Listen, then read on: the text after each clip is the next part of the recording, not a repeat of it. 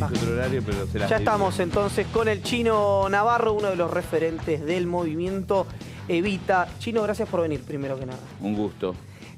A ver, estuvieron...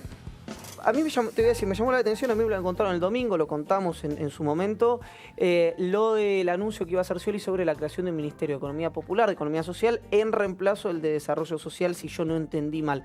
Y un reclamo que ustedes venían teniendo hace mucho. ¿Por qué la recepción del gobernador y además por qué la confianza de que eso va a ocurrir, digamos, de que va a ser presidente? Primero, nosotros no consideramos que economía popular sea lo mismo que desarrollo social. Sí, obviamente. pero es la conversión del ministerio, ¿no? Eso es lo que planteó Daniel Scioli. Okay. Nosotros creemos que no tiene que ser que haya un Ministerio de Desarrollo Social que tiene un objetivo, claro, que es dar contención social a sectores vulnerables, y la economía popular es otra cosa.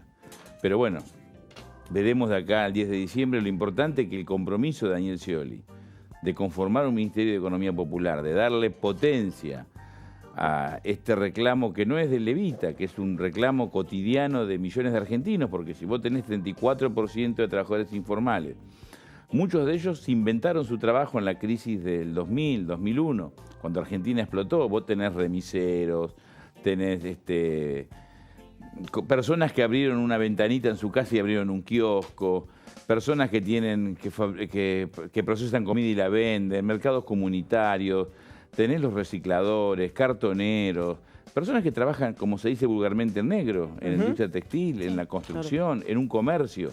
Esas personas trabajan y tienen menos derecho y menos salario que otras personas por el mismo trabajo. ¿Te puedo correr por derecha? Por supuesto. Tampoco tributan. Es cierto, y eso no es bueno. Cuando nosotros hablamos, ¿qué es la economía informal? Una economía de subsistencia, donde el que trabaja apenas tiene un ingreso para subsistir. Eso no es justo. Solo lo que pretendemos es que el ingreso de ese trabajador sea un ingreso que le permita vivir dignamente, que tenga su salario familiar, que tenga su aguinaldo, que tenga su obra social, que tenga su asignación, no universal que le da el Estado y no como regalo, sino como derecho porque corresponde, sino asignación familiar consecuencia de un trabajo legal con un salario digno. Que si tiene que tributar, tribute, porque corresponde, pero sos un trabajador, y esto es posible en la medida que vos le des potencia a las actividades de cooperativas, fábricas recuperadas, la agricultura familiar, y es un desafío. Lo ha hecho Néstor y Cristina. Hay muchos programas en distintos ministerios, pero nosotros planteamos que si lo unificamos en una sola herramienta institucional, después se resolverá. Si es desarrollo social, que se reformula, si es un área nuevo, no importa. Lo importante es que haya una potencia en la acción de gobierno en el Estado, para darle dignidad a millones de argentinos, que como dice el Papa cuando plantea techo, trabajo y tierra, tiene que ver con esta realidad. En 3 palabras sería trabajo con dignidad, básicamente. Sería que todos los trabajadores tengan todos los derechos, que todas las familias tengan techo y que todos los campesinos tengan tierra. ¿Un guiño de Daniel para el Papa? Demasiado, ¿no? Ya basta, yo ¿no? creo que, mira, nosotros trabajamos con Scioli del 2007 que asumió como gobernador. Sí. Acá a veces hemos hablado que hemos tenido matices o diferencias. También hemos tenido grandes coincidencias. Una de las coincidencias que siempre nos acercó a Daniel fue el trabajo de la economía popular. En la provincia, esta tarea se realiza con limitaciones por cuestiones presupuestarias. Sin duda. Pero hay cooperativas que trabajan en la construcción de vivienda, cooperativas que trabajan en el tendido de redes de agua, en la limpieza de arroyos, en la reparación de edificios públicos. Siempre se ha impulsado este tipo de políticas desde la Secretaría de Participación Ciudadana, que la conformó Daniel Scioli como gobernador. O sea que no es una novedad para nosotros. Chino, hablemos, está tan confiado el Frente que Scioli iba a ser presidente, que yo entonces me aventuro a hablar de 2016.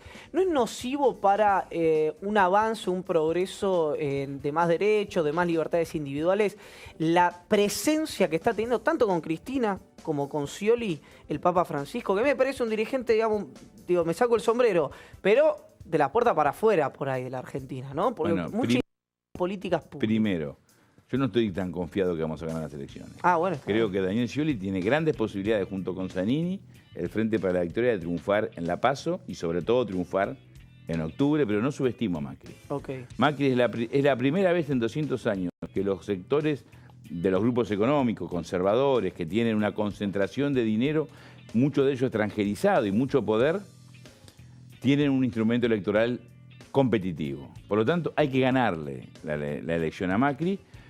Y yo soy de los que primero hay que entrar a la cancha, ganar el partido y después vemos a dónde nos vamos de festejo. Por lo tanto, hay algunos compañeros que ya están discutiendo el 2016 en términos electorales, en términos de espacios institucionales.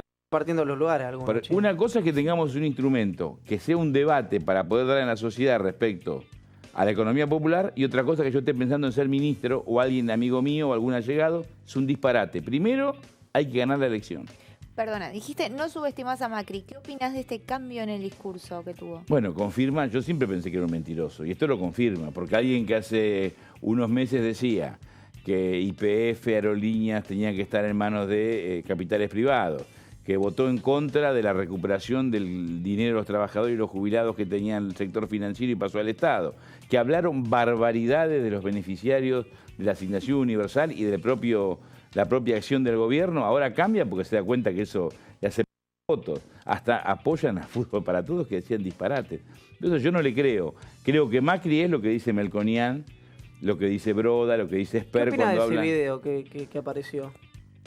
La verdad no lo vi, leí en los diarios la transcripción. Bueno, yo lo he escuchado muchas veces a Broda, a Melconian. Con Melconian tengo una relación personal buena. Hemos hablado muchas veces, no en el aire, sino en algún almuerzo, y hemos discutido estas cuestiones. No creen en el rol del Estado, no creen en la equidad, en la justicia social. Ellos creen que el mercado ordena todo. Y yo, a diferencia de lo que vos decís, me regocijo que el Papa Francisco tenga incidencia también en Argentina, en nuestra vida cotidiana. Sí, pero me está segmentando. Si Francisco dice que los que creen en la libertad de mercado, que idolatran al Dios dinero, construye una sociedad injusta y que hay que construir una sociedad con un Estado presente, con justicia, con equidad, donde haya más derecho, me parece que es una influencia muy positiva. No, estamos de acuerdo, digamos. El discurso que dio el Papa Francisco en Bolivia, tanto ese mediodía como esa tarde-noche, para los que no tenemos una relación tal vez tan virtuosa con la Iglesia, fue algo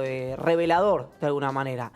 Partiendo de esa base de que eso ya está conquistado y que el Papa tiene ese discurso... No está conquistado, hay que construirlo. No, el discurso lo tiene, bueno, el Papa es ese. Sí, está bien, pero hay que construirlo, que el Papa... Pero eso lo tienen que hacer los dirigentes políticos, no el Papa. Bueno, ¿qué plantea el Papa en Bolivia?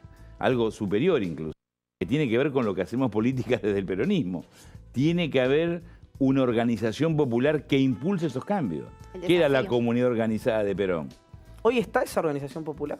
No en los términos que nosotros merecemos y exigimos, pero es natural. 60 años de retroceso, la dictadura con 30.000 desaparecidos, el quiebre cultural de los 90, además del desastre económico-social que explota en el 2000, el individualismo ha prevalecido, pero poco a poco se va recomponiendo el tejido social, la solidaridad. Cuando Cristina dice, nuestra presidenta, la patria es el otro, está convocando a volver a pensar no en términos de uno, sino en términos del vecino, en términos del más débil, en términos de aquella persona que nos necesita. Claro. Chino, me parece que el peronismo sin la figura de la presidenta de la Nación, como estamos viendo en la provincia de Buenos Aires, empieza a tener tradiciones que ya uno creía olvidada, como medirle el peronismo en sangre a un candidato a vicegobernador, ¿no? Ese tipo de cosas que uno creía olvidada. ¿Cómo está viendo la PASO en la provincia de Buenos Aires? No me gusta cómo se está debatiendo. Me gustaría que en vez de alusiones personales, chicanas, peronómetros, yo por ejemplo, todos lo saben, lo repito por las dudas, vengo del Partido Intransigente.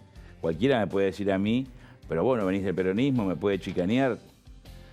Yo creo que el peronismo es hacer y no decir, y si algo hizo Perón, a los ortodoxos, a los que se aferran a ese peronismo, fue conformar un movimiento con radicales, comunistas, socialistas, anarquistas, conservadores, sectores independientes ligados a las Fuerzas Armadas, a la Iglesia, intelectuales, empresarios nacionales. Eso fue el movimiento nacional justicialista. Eso es el movimiento.